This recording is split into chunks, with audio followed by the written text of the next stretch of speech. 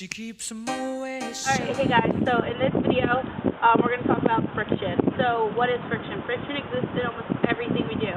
If I started walking right now, I'd have friction from the wind, I'd have friction from the ground. Friction is anything that opposes motion. If you're swimming, the water is friction against you. Anything that opposes your motion. So friction is a function of your mass and your force of gravity, and we'll look at how that is in just a second. So the definition of friction as a function is basically that the force of friction is equal to mu, which is the coefficient of friction, times the normal force.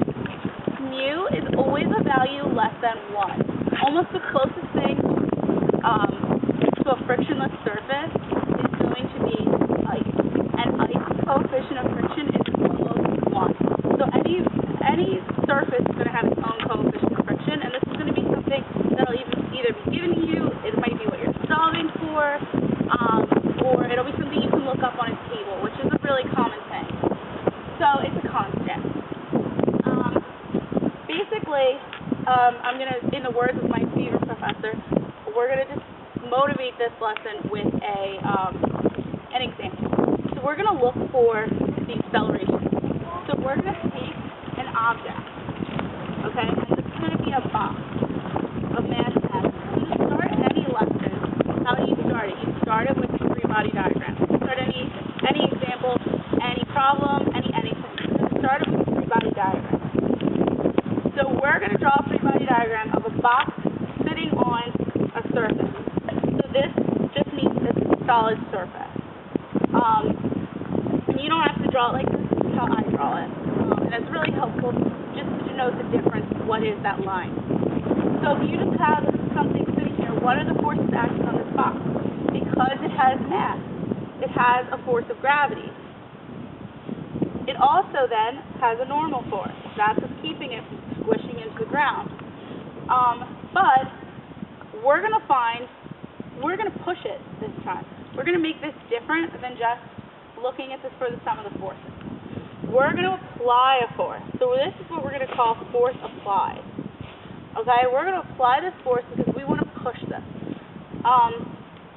Because we're pushing it, and because this has a force of gravity applied to it, there's going to be a force of friction opposing our applied force. No matter what, you're going to have friction whenever you have motion.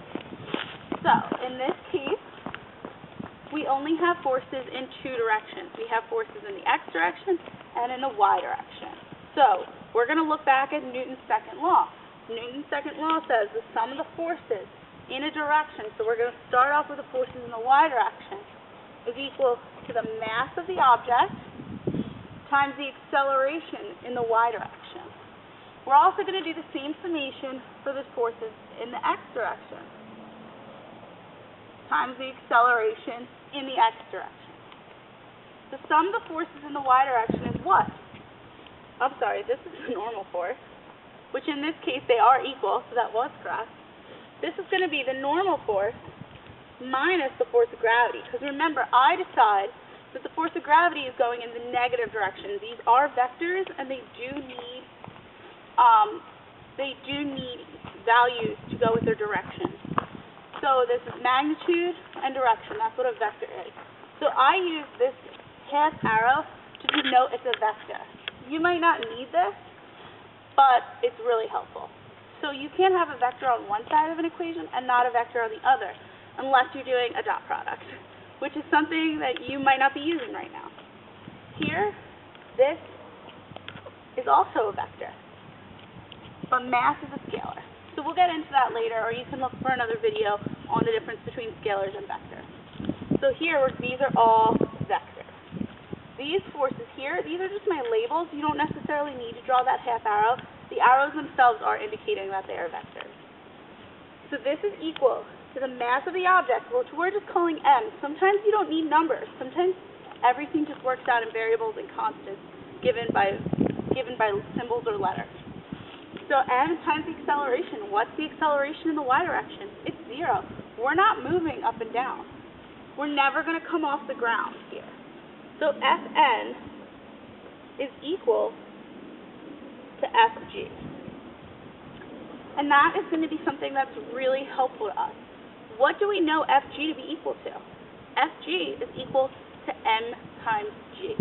So that means that Fn is equal to Fg, which is equal to mass times the acceleration due to gravity, which we know is 9.8 meters per second squared.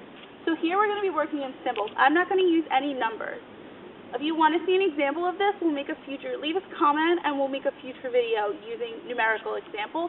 But since this is all math, this is all multiplication here, we think that we can just use symbols in place of numbers, because numbers get a little messy. And here you can see and you can apply this to your own work because your numbers might be different. So now we're going to look at the summation of the forces in the x direction. Here we do have an acceleration in the x direction because that's the whole purpose. That's what we're solving for. We are applying a force to this object in order to move it. So here we have, which ways am I going to call positive? I'm going to call positive this direction. We're just going to look at it like a graph in mathematics. So the force applied is going to be in the positive x direction. And we're going to subtract the friction force because that force is going to be applied in the negative x direction because that's what's opposing our motion. And they're going to be equal to the mass times the acceleration in the x direction. Okay? Now, we know what our force applied is because we're applying it. So that's a constant. That's something we can measure. That's something we're given in this problem, or maybe that is what we're solving for. In this case, that is something that we would give you, and we're solving for the acceleration. So this is a known value. Okay? So, force applied, that is going to be subtracted from the force of friction. What do we know the force of friction to be equal to? Coefficient of static friction times the normal force. So, mu Fn equals m times acceleration in the x direction. The force applied, again, a known force, so we're just going to continue carrying that along with us. And that is going to be subtracted from, or we're going to subtract from that mu times the normal force. What do we know the normal force to be equal to? mg. We solved for that earlier. mg equal to ma. And here we can simply divide out m and have the force applied divided by the mass of the object minus mu g equal to the acceleration. Now what we don't want here is for you to just take this and use this in all your problems. Things are going to change. Things are going to be different. This plane can be inclined, and now we're working at an angle of theta away from these x and y directions. So this is not something you can just take. You need to start from these two known things right here, Newton's second law. These are the things you need to know. You need to know that, you need to know this, and you need to know this. With these four things, really three things, because these are two separate things, you can achieve this. All this is saying that this is what the acceleration is equal to. You're going to know all these values in this case. So this can really be applied. You can work backwards. You can work forwards. You can start with these and solve for any of these variables in here. And so just remember what the force of friction is.